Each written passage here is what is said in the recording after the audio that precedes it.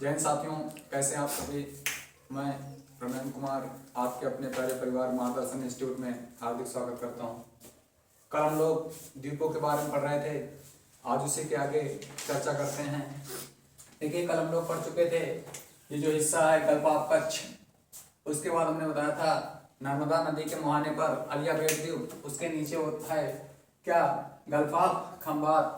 फिर हमने बताया था जो मुंबई है सालसेट द्वीप पर है और मुंबई के निकट ही एलिफेंटा द्वीप है।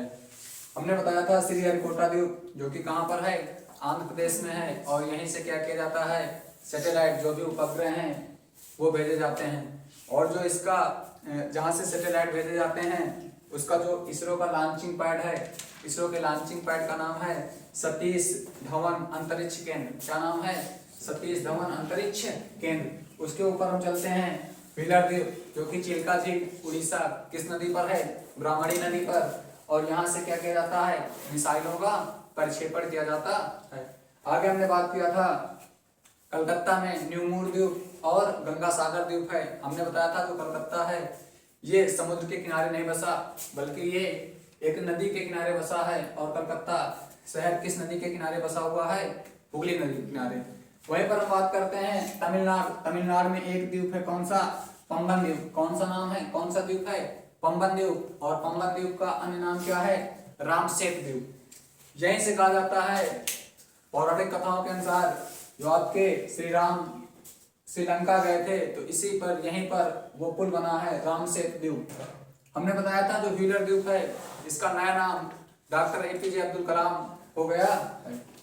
आगे हम बात करते हैं, हमने बताया था अंडमान निकोबार में 4 अंडमान होते हैं और 3 निकोबार होते हैं। अंडमान की अगर बात किया जाए तो अंडमान कितने होते हैं, 4 होते हैं, और निकोबार कितने होते हैं, 3 होते हैं। सबसे ऊपर कौन सा अंडमान है, नॉर्थ अंडमान। कौन सा अंडमान, नॉर्थ। नॉर्थ के बाद कौन सा था, नॉर्थ के बाद कौन सा था, मिडिल अंडमान। फिर उसके बाद साउथ अंडमान, उसके बाद लिटिल अंडमान। फिर उसके बाद कौन से निकोबार थे, 3। कौन से निकोबार थे, 3। कौन कौन, great Nicobar, great Nicobar, little Nicobar और कार निकोबार। अंडमान को निकोबार से क्या अलग करता है, 10 डिग्री चैनल। हमने बताया था नॉर्थ अंडमान में भी एक द्वीप पाया जाता है। कौन सा द्वीप, नारकोंडम द्वीप। कौन सा, नारकोंडम द्वीप। और मिडिल अंडमान में भी एक द्वीप पाया जाता है। कौन सा द्वीप, बैरन द्वीप। कौन सा द्वीप पाया जाता है, बैरन द्वीप पाया जाता है। हमने बताया था नारकोंडम द्वीप ये किस ज्वालामुखी का उदाहरण है, सुसुप्त। किस ज्वालामुखी का उदाहरण है, सुसुप्त ज्वालामुखी का उदाहरण है। और जो बैरन द्वीप है, जो बैरन द्वीप है ये कैसा है, सक्रिय ज्वालामुखी का उदाहरण है। कैसा, सुसुप्त ज्वालामुखी और ये सक्रिय ज्वालामुखी। देखिए सुसुप्त ज्वालामुखी क्या होता है, जिसमें अब लावा नहीं निकलता, जो ज्वालामुखी अब क्रियाएं होती हैं उसमें अब ये बंद हो चुका है, उसको हम कहते हैं सुसुप्त, अर्थात ये सुसुप्त अवस्था में चला गया है। सक्रिय ज्वालामुखी जिसमें कभी कभार लावा या मैग्मा या अवसाद निकलता है उसे हम क्या कहते हैं, सक्रिय ज्वालामुखी कहते हैं। अब हम बात करते हैं कोस्टल प्लेन अर्थात तटीय मैदान। देखिए तटीय मैदान क्या होते हैं, तटीय मैदान में नदियों के अवसादों द्वारा या महासागरीय हवाओं द्वारा जो मैदान का या जिस भूमि का निर्माण होता है वो तटीय मैदान कहलाते हैं। क्या कहलाते हैं, तटीय मैदान, कोस्टल प्लेन्स कहलाते हैं। देखिए प्रायद्वीप क्या होता है, जैसे जो ये भी आकार का भारत है, जो भी आकार का भारत है इसे हम प्रायद्वीपीय भारत कहते हैं। अर्थात ऐसा हिस्सा जो 3 ओर से पानी से घिरा है क्या कहलाता है, प्रायद्वीप कहलाता है। देखिए यहाँ पर ये जो रेड कलर से है जो गुजरात के पास है, इसके 3 ओर ये पानी से घिरा हुआ है। चूंकि इधर भी पानी है, इसके नीचे भी पानी है, इसके बाएं साइड भी पानी और इसके ऊपर भी पानी है, तो इसे भी हम प्रायद्वीप कहेंगे। भारत के पास कितने प्रायद्वीप हैं, 2। क्योंकि एक तो ये ऑलरेडी खुद प्रायद्वीप है और उसके साथ साथ ये गुजरात के पास, और इस प्रायद्वीप का क्या नाम है, कठियावाड़ प्रायद्वीप। क्या नाम है, कठियावाड़ प्रायद्वीप है। यहाँ हमारा इधर हमारा कौन सा सागर है, अरब सागर है। इस तरफ हमारा क्या है, बंगाल की खाड़ी है, और नीचे क्या है, हिंद महासागर है। अगर बात करते हैं बाएं तट अर्थात अरब सागर की तरफ हमारे कौन कौन से राज्य हैं? गुजरात है, महाराष्ट्र है, गोवा है, कर्नाटक है, केरल।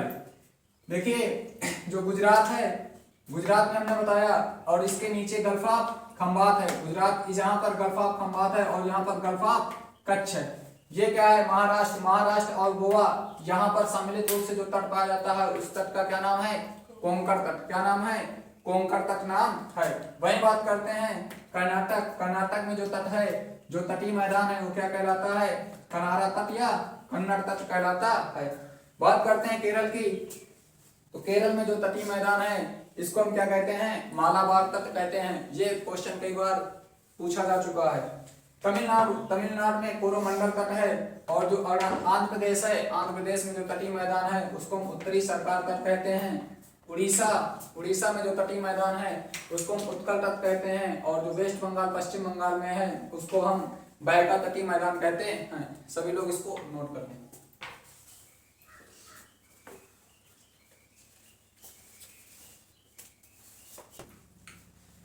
आगे हम बात करते हैं, कल हमने बताया था अंडमान सबसे ऊपर है north Andaman, middle Andaman, south Andaman, little Andaman, और उसके बाद car Nicobar, little Nicobar, great Nicobar, और अंडमान को निकोबार से क्या अलग करता है?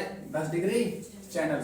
लेकिन नॉर्थ अंडमान के उत्तर में, नॉर्थ अंडमान के उत्तर में एक द्वीप पाया जाता है जिसको हम कहते हैं लैंडफॉल द्वीप। क्या कहते हैं?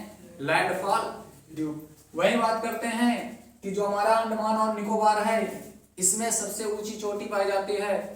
अंडमान निकोबार में सबसे जो ऊंची चोटी है उस चोटी का नाम क्या है? Saddle peak. क्या है? Saddle peak. जो कि सैडल पीक क्या है? सबसे ऊंची चोटी है। सबसे ऊंची चोटी है किसकी?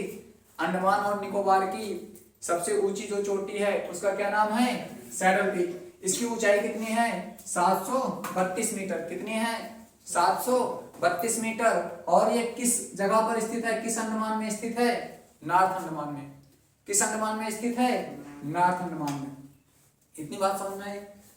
हमने बताया कि नॉर्थ अंडमान के उत्तर में लैंडफॉल द्वीप है। वहीं पर हम बात करते हैं, ये लैंडफॉल द्वीप है, इसका नाम क्या है? लैंडफॉल द्वीप। हमने बताया अंडमान निकोबार की सबसे ऊंची चोटी का नाम सैडल पीक है जिसकी ऊंचाई कितनी है? 732 मीटर है। और ये अंडमान निकोबार के किस वाले हिस्से में आती है? नॉर्थ अंडमान में। अगर वहीं हम बात करें 4 अंडमान और 3 निकोबार में सबसे बड़ा कौन सा है, तो सबसे बड़ा हमारा कौन सा है? मिडिल अंडमान। नाम इसका बेशक मिडिल है लेकिन सबसे बड़ा अंडमान में सबसे बड़ा कौन सा है? मिडिल अंडमान। वहीं पर हम लोग सुने होंगे काले पानी की सजा या सेलुलर जेल। जो सेलुलर जेल है वो किस अंडमान में स्थित है? साउथ अंडमान में। किस अंडमान में स्थित है साथियों? साउथ अंडमान में। और अंडमान निकोबार की राजधानी का क्या नाम है? क्या नाम कोई बता सकता है? अंडमान और निकोबार की राजधानी क्या नाम है? Port Blair. क्या नाम है? Port Blair. तो पोर्ट ब्लेयर कहां पर है? पोर्ट ब्लेयर भी साउथ अंडमान में स्थित है। तो साउथ अंडमान में 2 चीजें हैं, कौन कौन से? सेलुलर जेल जिसको हम काले पानी की सजा कहते हैं, और अंडमान निकोबार की राजधानी पोर्ट ब्लेयर, ये भी कहां पर है? कहां पर है? साउथ अंडमान में। कहां पर है? साउथ अंडमान में। वही हम बात करते हैं लिटिल अंडमान और कार निकोबार। तो क्वेश्चन 2 तरीके से पूछा जा सकता है। अंडमान को निकोबार से क्या अलग करता है? 10 डिग्री चैनल। और वहीं पर अगर हम बात करें कि लिटिल अंडमान को कार निकोबार से क्या अलग करता है, तो 10 डिग्री चैनल। एक बार सभी साथी इसका स्क्रीनशॉट ले लें।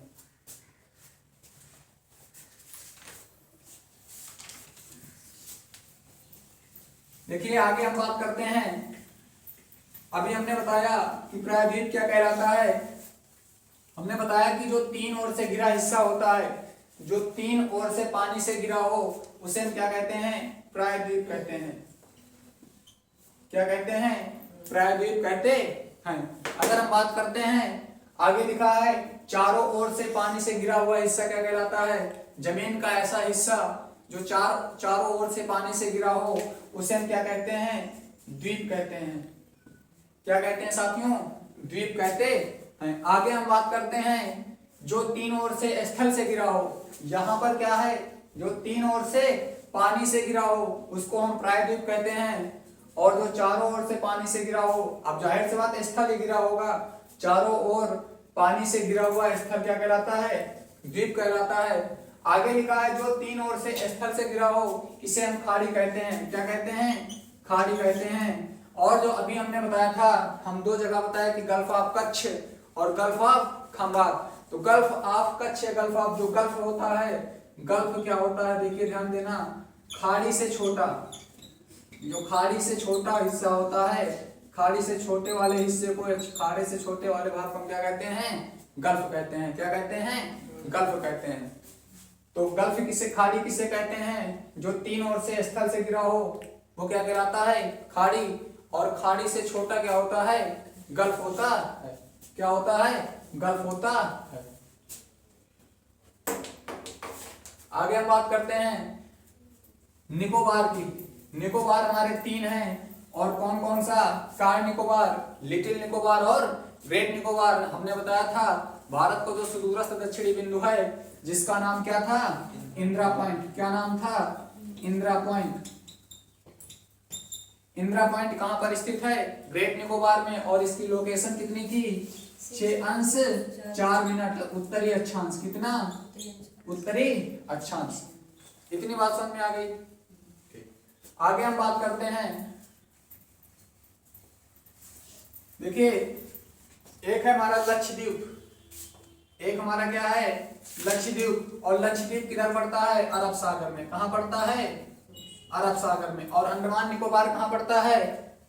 अंडमान निकोबार कहां पड़ता है भैया? बंगाल, बंगाल की खाड़ी में। कहां पड़ता है? बंगाल की खाड़ी। यहां पर हमने बताया था अंडमान, अंडमान कितने होते हैं? 4। कौन कौन सा? नॉर्थ अंडमान, मिडिल, साउथ और लिटिल। नॉर्थ अंडमान में क्या है? सैडल पीक है। क्या है? Saddle peak. सबसे बड़ा कौन सा है? मिडिल अंडमान है। सेल्यूलर जेल कहाँ है? साउथ अंडमान में। अंडमान निकोबार की राजधानी कहाँ है? साउथ अंडमान में। लिटिल अंडमान को कार निकोबार से क्या अलग करता है? 10 डिग्री चैनल। अब यहाँ पर हमारे निकोबार है, कार निकोबार, लिटिल निकोबार और ग्रेट निकोबार। देखिए यहाँ पर हमारा लक्षद्वीप क्या है? लक्षद्वीप। देखिए लक्षद्वीप का जो निर्माण हुआ है वो कोरल रीफ से हुआ है। किससे हुआ है? कोरल रीफ, जिसको हम कहते हैं प्रवाल भित्ति। किसकी कहते हैं? प्रवाल भित्ति। और प्रवाल भित्ति किसकी बनी होती है? आप लोग बता सकते हैं कि प्रवाल भित्ति किस चीज की बनी होती है? प्रवाल भित्ति किस चीज की बनी होती है? कोई बता सकता है प्रवाल भित्ति किस चीज की बनी होती है? देखिए जो कैल्शियम कार्बोनेट होता है ना, किसकी बनी होती है? Calcium carbonate. देखिए हम बात करते हैं लक्षद्वीप। लक्षद्वीप कहाँ है? अरब सागर में। कहाँ है? अरब सागर में। अगर इसकी बात किया जाए लक्षद्वीप, तो यहाँ लक्षद्वीप है। फिर उसके बाद लक्षद्वीप के अगर हमने बात किया ऊपर की ओर कौन सा दिशा होता है? उत्तर। कौन सा दिशा होता है? उत्तर। और नीचे की ओर क्या होता है? दक्षिण। क्या होता है? दक्षिण होता है। क्या होता है? दक्षिण। यहाँ पर बात करते हैं तो एंड्रोथ द्वीप है। कौन सा द्वीप है? एंड्रोथ द्वीप। कौन सा द्वीप है? एंड्रोथ द्वीप। और एंड्रोथ द्वीप के बाद अगर बात करें तो हम मिनिकॉय द्वीप है। कौन सा द्वीप है? मिनिकॉय द्वीप। देखो क्वेश्चन आता है कि लक्षद्वीप के दक्षिण में कौन सा द्वीप है? एंड्रोथ द्वीप। कौन सा द्वीप है? एंड्रोथ द्वीप। और एंड्रोथ द्वीप के दक्षिण में कौन सा है? मिनिकॉय द्वीप। और अगर बात करें कि लक्षद्वीप और मिनिकॉय द्वीप के बीच कौन सा द्वीप है? एंड्रोथ द्वीप। कौन सा द्वीप है? एंड्रोथ द्वीप। सभी लोग इसको स्क्रीनशॉट कर लें। देखिए हमने बताया था कि अंडमान को निकोबार से क्या अलग करता है? 10 डिग्री चैनल अलग करता है। यहाँ पर लक्षद्वीप, लक्षद्वीप के दक्षिण में एंड्रोथ द्वीप, एंड्रोथ द्वीप के दक्षिण में मिनिकॉय द्वीप। देखिए हमने बताया था मालदीव को मिनिकॉय से क्या अलग करता है? कोई बता सकता है? मालदीव को मिनिकॉय से क्या अलग करता है? मालदीव को मिनिकॉय से क्या अलग करता है? और मिनिकॉय और लक्षद्वीप को क्या अलग करता है?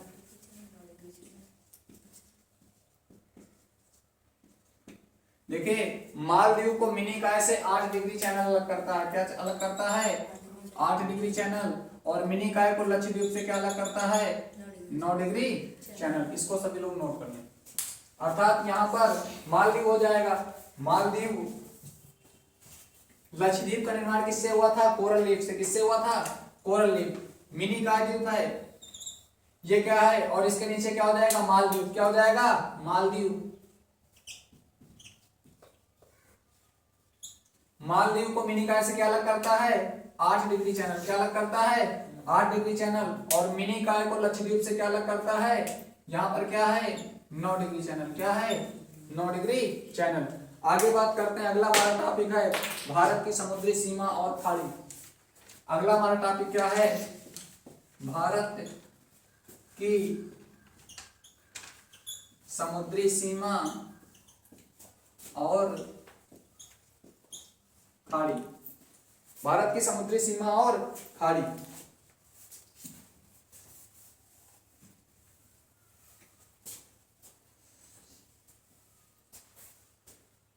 देखिए साथियों, इसके लिए एक समझौता हुआ था।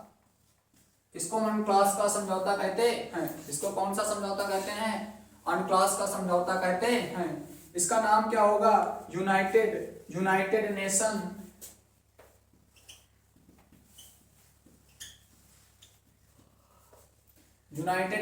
Convention on the Law of Sea. इसका फुल फॉर्म क्या होगा? United Nation Convention on the Law of Sea, अर्थात समुद्री कानून पर संयुक्त राष्ट्र संघ। समुद्री कानून पर संयुक्त राष्ट्र संघ।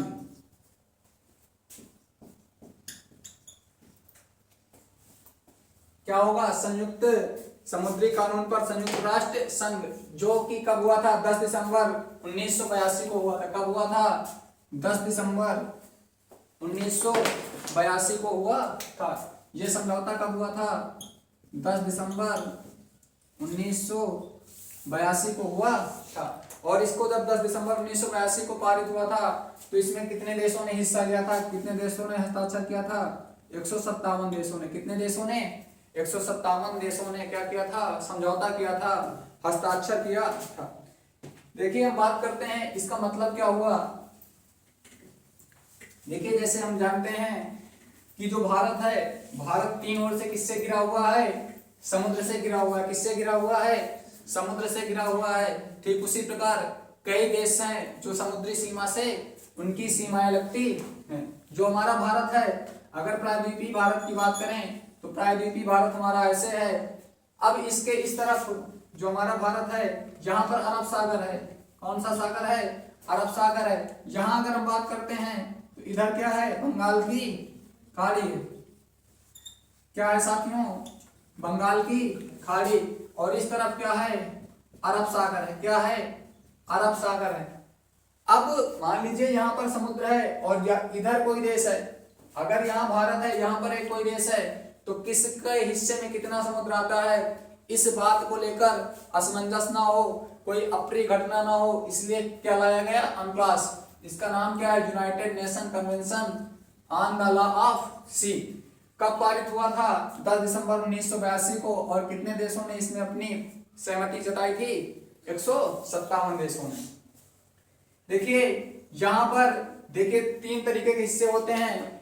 एक 12 समुद्री मील है, एक ये बाउंड्री बनाई गई, और इस बाउंड्री के जो हिस्सा है, इस बाउंड्री की जो विस्तार है, इसको 12 समुद्री मील क्या कह रहे हैं? 12 समुद्री मील। इसकी जो भारत की तटरेखा है वहां से इसका विस्तार कितना है? 12 समुद्री मील तक। कितना है? एक 12 समुद्री मील है, एक 24 समुद्री मील है। यहां से इसकी जो लंबाई है वो कितनी मील है? 12 समुद्री मील। इसकी जो है वो कितनी है? 24 समुद्री मील। और एक बाउंड्री और बनाई गई है,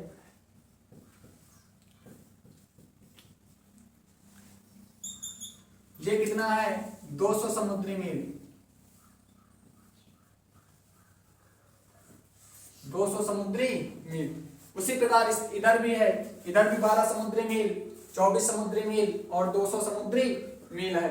देखो जो 12 समुद्री मील है इसको हम प्रादेशिक समुद्री सीमा कहते हैं। जो 12 समुद्री मील है इसको हम क्या कहते हैं?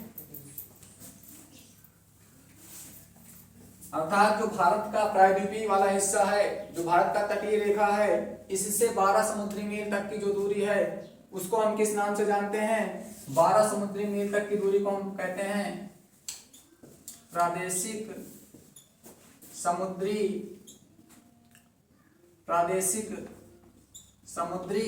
सीमा।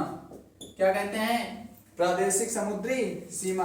और वहीं पर अगर हम बात करते हैं जो 24 समुद्री मील है इसको हम संलग्न क्षेत्र या अविच्छिन्न मंडल कहते हैं।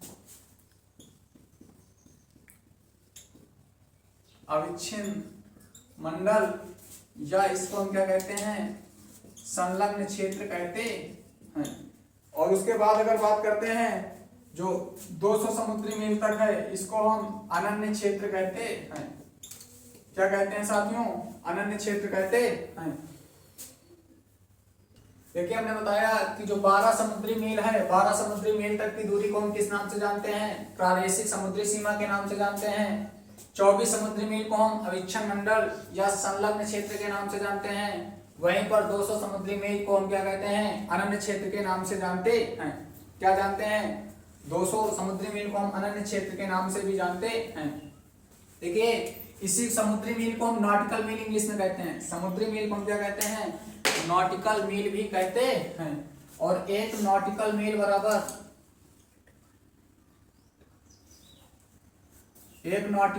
बराबर होता है, चाहे नॉटिकल मील कहो या फिर इसी को क्या कह सकते हो?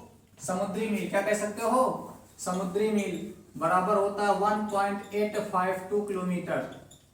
अर्थात एक समुद्री मील कहो चाहे एक नॉटिकल मील कहो, और एक नॉटिकल मील या एक समुद्री मील बराबर कितना होता है? 1.852 किलोमीटर होता है। देखिए जो 12 समुद्री मील तक होता है, भारत का जो ये प्रायद्वीपीय हिस्सा है, चाहे अरब सागर की तरफ हो चाहे बंगाल की खाड़ी की तरफ हो, यहाँ से जो 12 समुद्री मील 12 नॉटिकल मील तक है, यहाँ तक भारत के पूरे अधिकार हैं। भारत सारी चीज यहाँ पर कर सकता है। 12 समुद्री मील तक भारत के पास सभी प्रकार के अधिकार हैं। किस प्रकार के अधिकार हैं? सभी प्रकार के अधिकार हैं। लेकिन 24 समुद्री मील तक का हिस्सा क्या कहलाता है? अविच्छिन्न मंडल। क्या कहलाता है? अविच्छिन्न मंडल, या इसी को हम क्या कहते हैं? संलग्न क्षेत्र। देखिए यहाँ भारत क्या कर सकता है?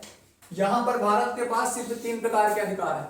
कौन कौन से अधिकार हैं? वो 24 समुद्री मील तक साफ सफाई कर सकता है, उसके साथ यहाँ पर सीमा शुल्क वसूली कर सकता है। अर्थात यहाँ मान लीजिए किसी अन्य देश का जहाज आ रहा है तो उससे वो क्या ले लेगा? सीमा शुल्क ले लेगा। और उसके साथ साथ वित्तीय अधिकार भी हैं। यहाँ तक कोई भी चीज अगर आप ट्रेड कर रहे हो, किसी चीज कहीं का देश का अगर नाविक आ रहा, कहीं का जहाज आ रहा, तो उससे पैसा भारत ले लेगा। अर्थात 24 समुद्री मील या 24 नॉटिकल मील, जिसको हम अविच्छिन्न मंडल या संलग्न क्षेत्र कहते हैं, भारत के पास 3 प्रकार के अधिकार हैं। इससे आगे कोई अधिकार यहाँ पर नहीं है भारत के पास। कौन कौन से? साफ सफाई रख सकता है, यहाँ तक साफ सफाई भारत रख सकता है, सीमा शुल्क वसूली कर सकता है, और वित्तीय अधिकार भी भारत के पास है। लेकिन 24 समुद्री मील के आगे जो भारत का हिस्सा जहां तक है, ये हर देशों के साथ ऐसा है, ऐसा नहीं कि भारत के साथ है। हर देश का जो समुद्र से लगा है उसके पास इस सेम अधिकार है, क्योंकि जो समझौता है अंतरराष्ट्रीय समझौता था। 12 समुद्री मील तक उस देश के सारे अधिकार रहेंगे। 24 समुद्री मील तक साफ सफाई कर सकता है वो देश, सीमा शुल्क वसूली कर सकता है, वित्तीय अधिकार कर सकता है। 200 समुद्री मील तक उसके पास क्या है? संसाधनों का दोहन। अर्थात यहाँ पर कुछ भी, कोई भी अगर खनिज पदार्थ निकलता है तो वो उसी देश का है, जो 200 समुद्री मील तक जिसकी सीमा है। उसके साथ साथ क्या कर सकता है? नए द्वीपों का निर्माण कर सकता है। क्या कर सकता है? यहाँ पर नए द्वीप अगर है तो भारत नए द्वीप बसा सकता है, और उसके साथ साथ वैज्ञानिक अनुसंधान अर्थात वैज्ञानिक परीक्षण भी कर सकता है। और अब 200 समुद्री मील के आगे जो पूरा जो समुद्र है उस पे सभी देशों का बराबर का अधिकार है। कैसा अधिकार है? सभी देशों का बराबर का अधिकार है। अर्थात 12 समुद्री मील तक भारत के पास सारे प्रकार के अधिकार हैं। 24 समुद्री मील तक साफ सफाई का अधिकार है, सीमा शुल्क वसूली का अधिकार है और वित्तीय अधिकार है। वही बात करते हैं 200 समुद्री मील की हम बात करें तो 200 समुद्री मील में संसाधनों के दोहन कर सकता है और उसके साथ साथ क्या कर सकता है, नए द्वीपों का निर्माण कर सकता है और उसके साथ साथ क्या कर सकता है, वैज्ञानिक अनुसंधान भी कर सकता है। क्या कर सकता है, वैज्ञानिक अनुसंधान भी वो देश कर सकता है। और हमने बताया ये एक अंतरराष्ट्रीय समझौता है। जिस भी देश की सीमा या बाउंड्री समुद्र से लगती है उनके सभी के पास 12 समुद्री मील, 24 समुद्री मील और 200 समुद्री मील तक का हिस्सा है। और इसी समुद्री मील को हम क्या कहते हैं, नॉटिकल मील भी कहते हैं। और एक नॉटिकल मील बराबर, कई बार क्वेश्चन पूछा जा चुका है कि एक नॉटिकल मील में कितनी दूरी या कितने किलोमीटर होता है, तो एक नॉटिकल मील बराबर 1.852 किलोमीटर होता है। सभी साथी स्क्रीनशॉट इसका ले लें।